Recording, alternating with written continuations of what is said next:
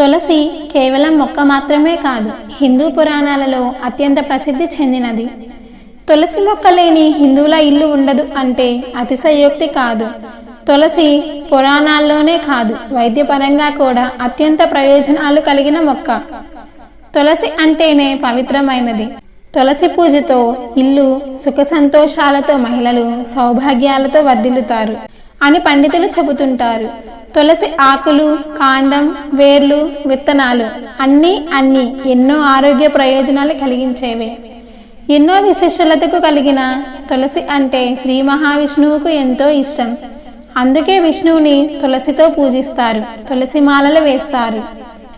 తిరుమలలో శ్రీ వెంకటేశ్వరుడిగా కొలువైన శ్రీ మహావిష్ణువుకు తులసి మాలలు అలంకారం చేస్తారు. తులసి ఆకులతో పూజలు చేస్తారు. తులసి అంటే శ్రీనివాసుడికి ఎంతో ఇష్టం. మరి ఎందుకు అంత ఇష్టం తులసి అంటే? దీని వెనుక ఓ ఆసక్తికరమైన కథ ఉంది. శ్రీ మహావిష్ణుమూర్తి భక్తురాలు తులసిగా మారిన కథ ఎంతో ఆసక్తికరంగా ఉంటుంది. శ్రీ మహావిష్ణువును తన భక్తురాలే తనను శపించిన కథ. తులసి ఆవిర్భావం వెనుక ఉన్న ఈ కథ ఏంటో తెలుసుకుందాం. తులసి దళానికి లొంగిపోయిన శ్రీ మహావిష్ణువు. తులసి కేవలం మొక్క మాత్రమే కాదు, అదొక ఆధ్యాత్మిక వృక్షం. వైష్ణవ భక్తులు తులసి మాలలు ధరిస్తారు. తులసి పూజించకుంటే పూజ సఫలీకృతం కాదని శాస్త్రాలు చెప్తున్నాయి. ఇక శ్రీకృష్ణుడి తులాభారం కథను పూర్తి మలుపు తిప్పింది కూడా తులసి దళమే. మణులు, మాణిక్యాలు, బంగారం, వెండి ఎన్ని సంపదలు సమర్పించినా ఆయన తులాభారంలో ఒక్క అంగుళం కూడా కదలలేదు. కానీ ఒక్క తులసి ఆకు వేయగానే ఆ శ్రీ మహావిష్ణువు ఆ తులసి దళానికి సరిసమానంగా సరితూగాడు. అంటే ఎన్ని కానుకలు ఇచ్చినా ఒక్క తులసి ఆకుకు సమానం అని శ్రీకృష్ణ తులాభారం చెబుతోంది. భక్తితో మనస్ఫూర్తిగా ఒక్క తులసి దళాన్ని సమర్పిస్తే చాలా కరుణించి వరాలు కురిపిస్తాడాయన. తులసికి అంతటి విశేషం ఉంది. మరి భక్తురాలే తులసిగా మారిన కథ. బృంద అనే అమ్మాయి చాలా అందమైనది, అణకువ కలిగిన అమ్మాయి. ఆమె కాలనేమి అనే రాక్షసుడి కూతురు.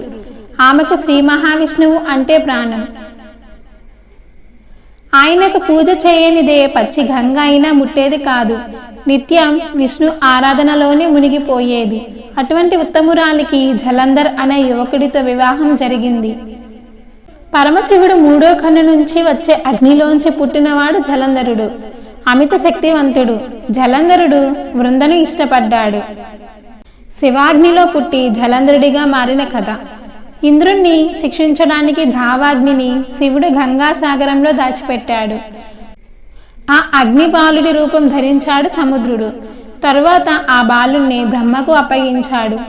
ఆ బాలుడికి పేరు పెట్టడానికి బ్రహ్మ దగ్గరకు తీసుకోగానే కంటి నుండి నీరు వచ్చిందట. అప్పుడు బ్రహ్మదేవుడే స్వయంగా ఆ బాలుడికి జలంధరుడు అని పేరు పెట్టాడు.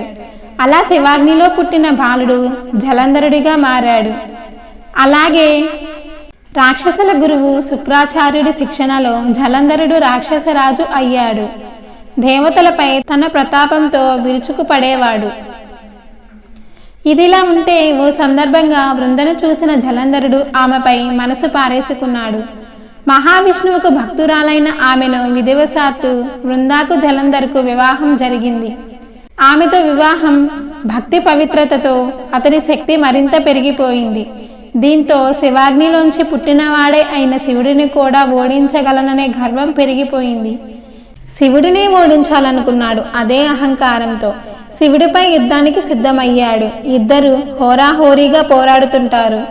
అది చూసిన దేవతలు హడలిపోతారు. జలంధర్ శక్తి సామర్థ్యాలకు హడలిపోయిన దేవతలు విష్ణువుకు మొరపెట్టుకుంటారు. ఇంకేముంది, రంగంలోకి దిగుతాడు విష్ణుమూర్తి. దుష్ట శిక్ష రక్షణ కోసం, లోక కళ్యాణం కోసం ఎన్నో చేసిన ఆయన జలంధరుడి అంతం కోసం రంగంలోకి దిగక తప్పలేదు. కానీ జలంధరుడి భార్య బృంద తన భక్తురాలు భర్తను ఎలా చంపాలి అని సందిగ్ధపడ్డాడు. కానీ తప్పదు, జలంధర్ వల్ల దేవతలు పీడింపబడుతున్నారు.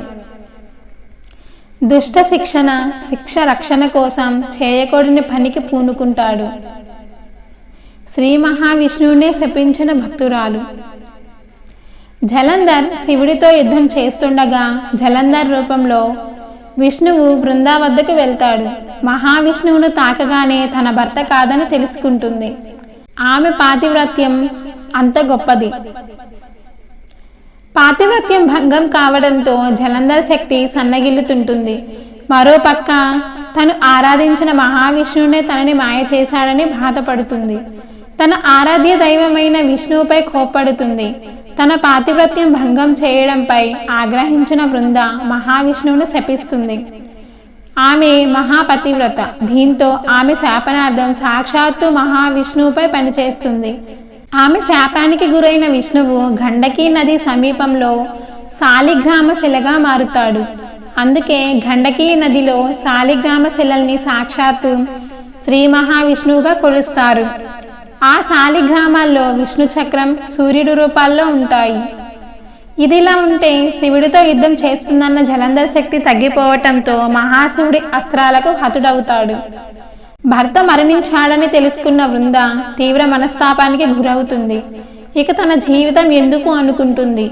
అలా తన జీవితాన్ని ముగించుకోవాలనుకుంటుంది. బృంద తనువు చాలించే ముందు విష్ణుమూర్తి ఆమెను తులసిగా పిలుస్తాడు. నువ్వు చాలా గొప్పదానమ్మా. నిన్ను భూలోకంలోనే కాదు దేవతలు కూడా కొలుస్తారు. సౌభాగ్యాలను సిద్ధంగా గొప్పదానివిగా పూజలు అందుకుంటావని ఆశీర్వదిస్తాడు. అంతేకాదు తనతో పాటు పూజలు అందుకుంటుందని వరం ఇస్తాడు. అందుకే తులసి లేకుండా విష్ణువుకు ఏ పూజ చేసినా ఫలితం ఉండదనే నానుడి ఉంది. అందుకే ప్రతి ఒక్కరి ఇంట్లో ఉంటూ పూజలు అందుకుంటుంది.